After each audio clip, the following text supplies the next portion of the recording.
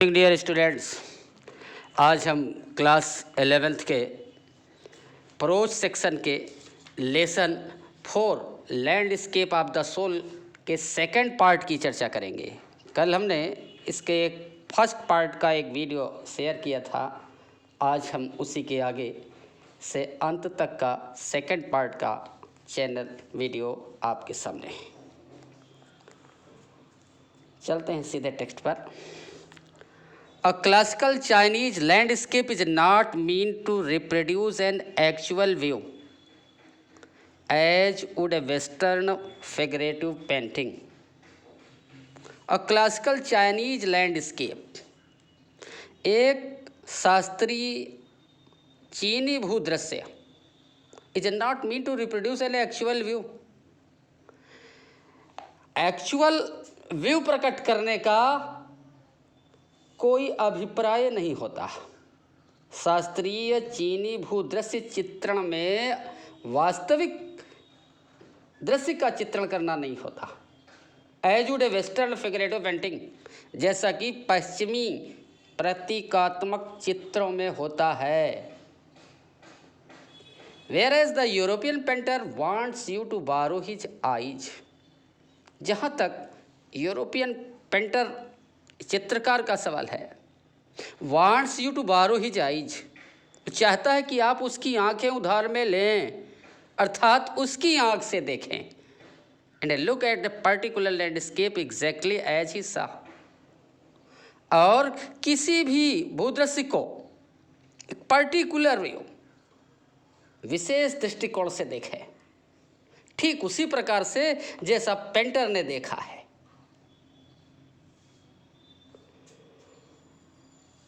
As he sight from a specific angles, विशेष दृष्टिकोण से जैसा उसने देखा है आप वैसा ही देखें। The Chinese painter does not choose a single view point, जबकि चाइनीज चित्रकार एकमात्र दृष्टिकोण नहीं चुनता। His landscape is not a real one, उसका भूदृश्य चित्रण रियल नहीं होता है, हूबहू नहीं होता है। And you can inter it from any point, और आप इसमें किसी भी पॉइंट से प्रवेश कर सकते हैं। देन ट्रेवल इन इट, फिर इसमें यात्रा कर सकते हैं, इसका भ्रमण कर सकते हैं। The artist creates a path for your eyes to travel up and down, कलाकार creates a path for your eyes, आपके आँखों के लिए एक रास्ता निर्मित करता है जिसमें आप ऊपर नीचे घूम सकें। Then back again in a leisurely moment, और फिर फुर्सत से वापस लौट आएँ। This is even more true in the case of the horizontal scroll. This is more true, ये और भी सत्य है, in the case of horizontal scroll. Horizontal क्षैतिज स्क्रॉल, रोल ऑफ पेपर, क्षैतिज चीरक के विषय में यह और भी सत्य है। In which the action of slowly opening one section of the painting, then rolling it up to move on the other adds a dimension of time which is unknown if any other form of painting. लेखक कहता है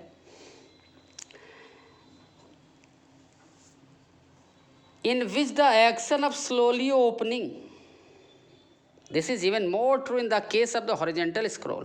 और horizontal चीरक के विषय में ये और भी सत्य है, जिसमें धीरे धीरे चित्र के एक भाग के खोलने का कार्य होता है। Then rolling it up to move on to the other, फिर इसे लपेटकर दूसरे भाग में जाने का भी अवसर होता है।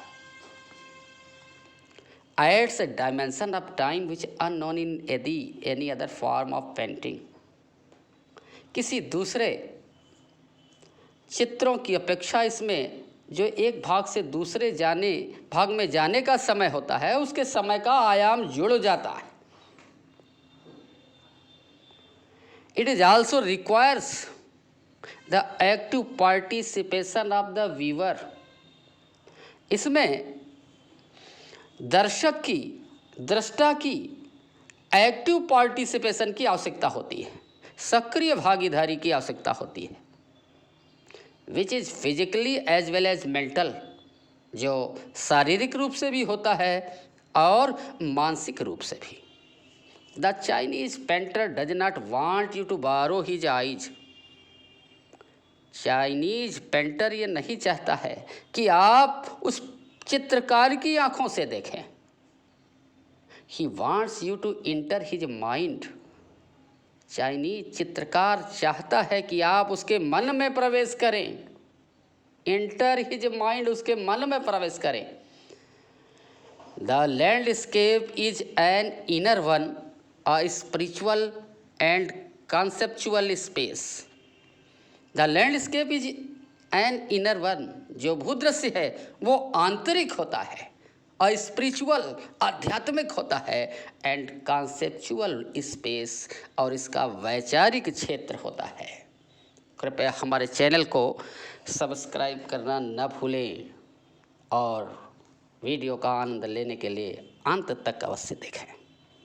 चलते हैं अगले पैसेज की ओर। This concept is expressed as shanshui literally mountain water. This concept is, यह विचार, इज एक्सप्रेस्ड एज सनसुई, यह विचार सनसुई के रूप में व्यक्त किया जाता है। लिटरली माउंटेन वाटर, जिसका शाब्दिक अर्थ होता है माउंटेन वाटर, पर्वत पानी, which used together represent the world landscape, जिसे एक साथ प्रयोग करके भूदृश्य को रिप्रेजेंट करने के लिए, अभिव्यक्त करने के लिए प्रयोग किया जाता है। More than two elements of an image, एक ही चित्र के दो से अधिक तत्व, these represent two complementary poles. These represent two complementary poles reflecting the diosed view of universe. एक ही चित्र के दो से अधिक तत्व, ये दो पूरक कॉम्प्लीमेंट्री पोल्स, दो पूरक ध्रुव के प्रतीक होते हैं, जो reflecting the Daoist view of universe, जो दाऊ की ब्रह्मांड की कल्पना को दर्शाते हैं। द माउंटेन इज यंग, पर्वत यंग होता है, reaching vertically towards heaven, vertically ऊर्ध्वाधर, ऊपर की ओर लंबवत, टुवर्ड्स हेवन, आकाश की ओर जाता है, जो लंबवत आकाश की ओर जाता है पर्वत। Stable warm and dry in the sun, स्थिर होता है, गर्म होता है और धूप में शुष्क होता है।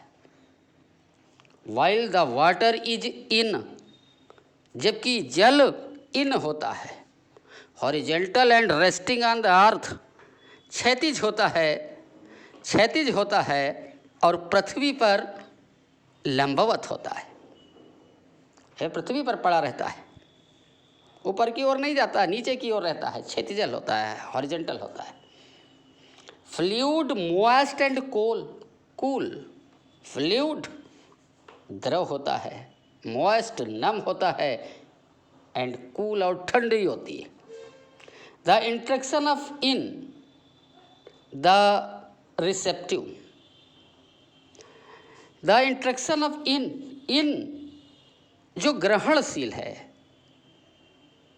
Feminine aspect of universal energy, विश्व ऊर्जा के नारी जातीय पहलू है, विश्व ऊर्जा का नारी जातीय, feminine aspect of universal energy, universal energy का नारी जातीय पहलू है।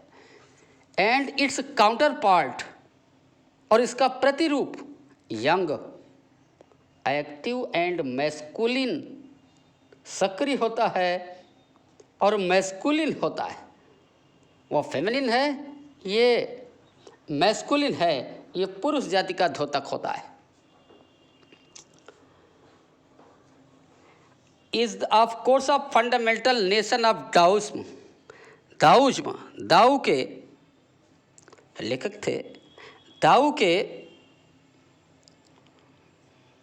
फंडामेंटल नेशन आधारभूत राष्ट्र का आधार होता है।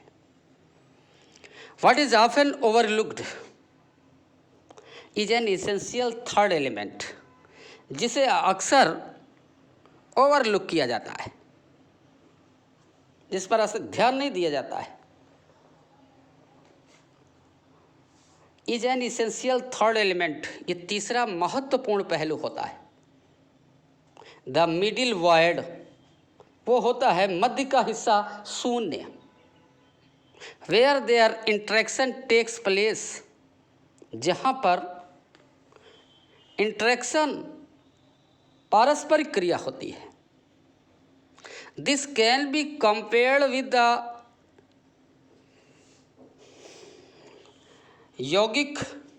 योजिक प्रैक्टिस ऑफ प्राणायाम।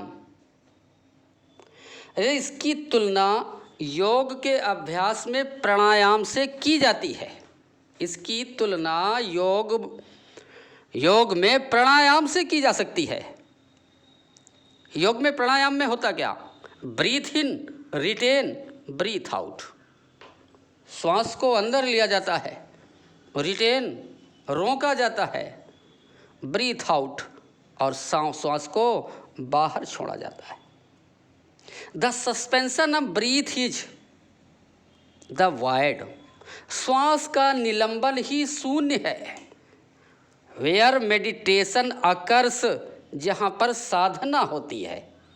जब सांस को हम रोकते हैं खींचने के बाद, शून्य का स्थान है, वहीं पर साधना होती है। Meditation occurs. The middle void is essential, मध्य का जो शून्य है वो महत्वपूर्ण है। Nothing can happen without it, बिना इस शून्य के कुछ भी नहीं हो सकता। Hence the importance of the white unpainted space in Chinese landscape.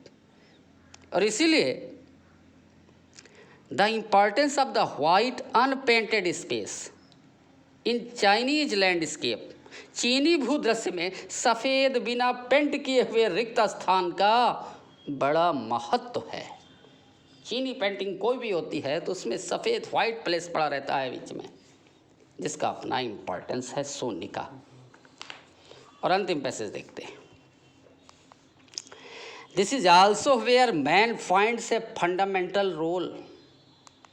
This is also, ये वह भी है, where man finds a fundamental role, जहाँ मनुष्य अपनी मूलभूत भूमिका को पाता है। इन दैट स्पेस, इस स्थान में, between heaven and the earth, heaven and the earth, आकाश व पृथ्वी के बीच में, इस स्थान में, he becomes the conduit of communication between both poles of the universe. He became the conduit of communication. वो मनुष्य जो है वो कंड्यूट ऑफ कम्युनिकेशन हो जाता है। कंड्यूट मीन्स होता है चैनल, नली, कम्युनिकेशन संचार, संचार कम्युनिकेशन संचार का चैनल बन जाता है दोनों ध्रुवों के बीच, between both poles of the universe, ब्रह्मांड के दोनों ध्रुवों के बीच। इसी शून्य पर मनुष्य कम्युनिकेशन का चैनल बन जाता है। हिज प्रेजेंस इज इसेंशियल, उसकी उपस्थिति आवश्यक है। Even if it is only suggested, चाहे उसका आभास ही क्यों ना हो। फॉर फ्रॉम बीइंग लॉस्ट और apprised by the Loftie peaks, he is in Francois Cheng's wonderful expression, the eye of the landscape. मनुष्य की उपस्थिति आवश्यक है, चाहे उसका आभास ही हो। लेखक कहता है,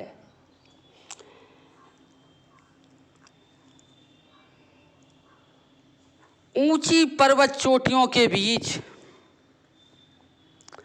चाहे गुम हो जाए या दब जाए। By lofty peaks he is in Francis Cheng. Francis Cheng की अद्भुत अभिव्यक्ति में the eye of the landscape, मनुष्य भूदृश्य की आँख है। मनुष्य भूदृश्य की आँख है। तो हमारा वीडियो कैसा लगा आप कमेंट बॉक्स में जाकर बताएंगे। सब्सक्राइब करना, लाइक करना ना भूलें। Thanks a lot.